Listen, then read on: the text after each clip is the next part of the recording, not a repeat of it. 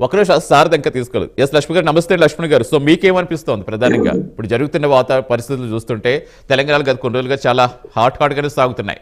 అంటే అసెంబ్లీ సమావేశాల్లో సభలో పోరాటం చేస్తే దానికి ప్రాతిపదిక ఉంటుందా, బయట రాజకీయం చేస్తే సరిపోతుందా? ఎందుకంటే తెలుగు రాష్ట్రాల్లో చూస్తున్నాం రీసెంట్గా ప్రతిపక్ష నేతలు సభకు హాజరై గట్టిగా నిలదీస్తే పరిస్థితి ఎందుకు లేకపోతుంది? ఇప్పుడు అసెంబ్లీ ఉండే ప్రజా సమస్యలు చర్చించడానికి, నిర్ణయాలు తీసుకోవటానికి. అసెంబ్లీని బాయ్కాట్ చేయటము అది ఏ రాజకీయ పార్టీకైనా కూడా మనం ఆంధ్రప్రదేశ్లో కూడా చూద్దాం, అది కరెక్ట్ కాదు. ఇప్పుడు ప్రజలు మీకు ఓట్లేసి గెలిపించింది దేనికి? మీరు ప్రమాణ స్వీకారం ఏమని సార్? ఇవన్నీ మర్చిపోయి ఉండొచ్చు, కోపతాపాలు ఉండొచ్చు, లేకపోతే ఏదైనా కారణాలు ఉండొచ్చు, ఆరోగ్యంగా రాకపోవడం ఇవన్నీ ఉండొచ్చేమో. కానీ అసెంబ్లీ నేను ముఖమే చూడని ఆయన, నేను మళ్ళీ ముఖ్యమంత్రి రానని ఆయన, ఇలా రాజకీయ పార్టీలు నడిపేటువంటి మాట్లాడ సరైన పద్ధతి కాదు. అసెంబ్లీ కంటెంట్ కావాలి. ఇప్పుడు టెక్నికల్ గా కంటిన్యూగా హాజరు కాకపోతే ఎమ్మెల్యే పోతుందేమో అని ఇట్లా కనుక అలా వెళ్ళిపోయి సంతకం పెట్టి వెళ్ళిపోయి ఇది ఏమవసరం? ఇప్పుడు కేసీఆర్ గారు చెప్పినా కూడా మంచి నాలెడ్జ్ ఉన్నట్టు వ్యక్తి, అవును, ఉద్యోగం పెట్టాడు, 10 సంవత్సరాల పరిపాలన చేశాడు. పరిపాలనలో లోపాలొచ్చు, లేకపోతే కారణం ఉండొచ్చు, కానీ తను ఏదైనా ప్రశ్నించగలిగినటువంటి శక్తి ఉన్నటువంటి వ్యక్తి. ఖచ్చితంగా పేరే మాట్లాడారు. అసెంబ్లీలో వచ్చి కాంగ్రెస్ పార్టీ వైఫల్యాలను ఎత్తి చూపే ప్రజలు హర్షిస్తారు తప్ప ఫామ్ హౌస్ లో కూర్చుంటాను అంటే హర్షించడు. అలాగే ఇప్పుడు 10 సంవత్సరాల్లో ఏ లోపాలు జరిగాయను కాదు. ఇప్పుడు 2 సంవత్సరాలు కాంగ్రెస్ పార్టీ వచ్చి ఈ 2 సంవత్సరాల్లో ఏం చేసినట్టు మరి కాంగ్రెస్ పార్టీ? ఫస్ట్ ఇప్పుడేంటి, ఇరిగేషన్ ప్రాజెక్టు మీద లేవనెత్తారు బిఎస్ పార్టీ వాళ్ళు. అవును, ఎందుకు లేవనెత్తారు?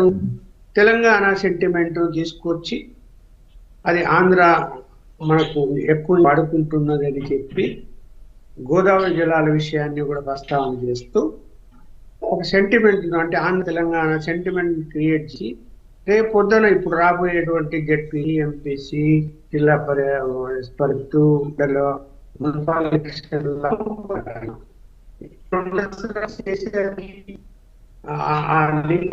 విషయంలో ఎందుకు స్థానం చేయలేదు ఇప్పటి వరకు? 2 సంవత్సరాలు ఇచ్చేది ప్రభుత్వం అనేది అడ్మినిస్ట్రేషన్.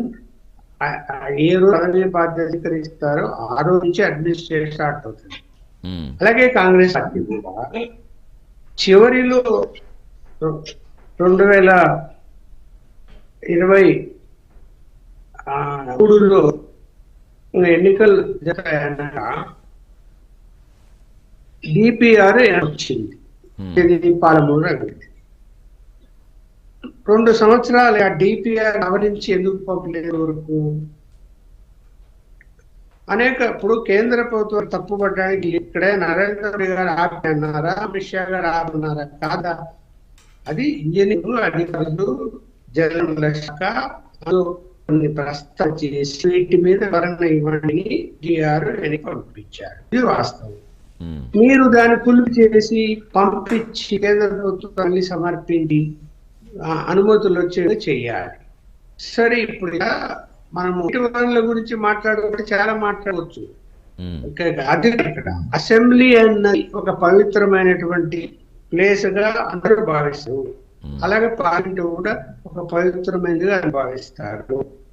ఎందుకు కేసీఆర్ ఇలా ఉండాల్సిన అవసరం?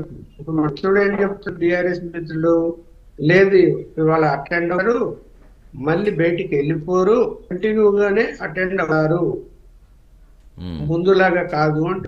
2 సంవత్సరాలు ఏదో కాసు టైం ఇచ్చి అన్నట్టు. టైం ఇచ్చేది ఏంటి? ఏ పరిపాలన ఇందాక కదా అధికారంలోకి వచ్చినా ఆ నిమిషం నుంచే పరిపాలన స్టార్ట్ అవుతుంది.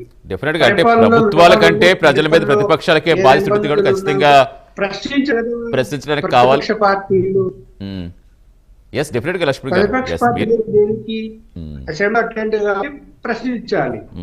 ఇప్పుడు చూస్తాము కేటీఆర్ ఉండొచ్చు భాషలో నేను తప్పబడతా, ఎవరు ఏ భాష మాట్లాడినా అలాంటి భాష మాట్లాడారు రాజకీయ నాయకులు, ప్రత్యేకించి బాధ్యత. కేటీఆర్ గారు అనేక విషయాలు నిలదీస్తున్నారు. బట్ కేటీఆర్ కేసీఆర్ మాట్లాడే ఇంకా ఎక్కువ ప్రజలు అట్రాక్ట్ అవుతారు. ఇది అన్ని తెలిసిన విషయం. అంటే మీరు అన్నట్టుగా ఒక్కరోజు అటెండెన్స్ టెక్నికల్ గా అటెండెన్స్ వేసుకు వెళ్ళిపోతారా, కంటిన్యూ అవుతారా? అసలు మరి ప్రజాక్షేత్రంలోకి వచ్చాక ముందుగా నేల పంచాయతీ తీస్తున్నారు కాబట్టి ఇదే వాయిస్ వినిపిస్తారు. అడుగుదాం, షార్ట్ బ్రేక్ తీసుకుని అడుగుదాం. ఎస్ డెఫినెట్ లక్ష్మణ్ గారు అడుగుదాం. షార్ట్ బ్రేక్ తీసుకొస్తున్నారు నారాయణ గారు. హాట్ టాపిక్ లో షార్ట్ బ్రేక్ తీసుకుందాం. Stay with us.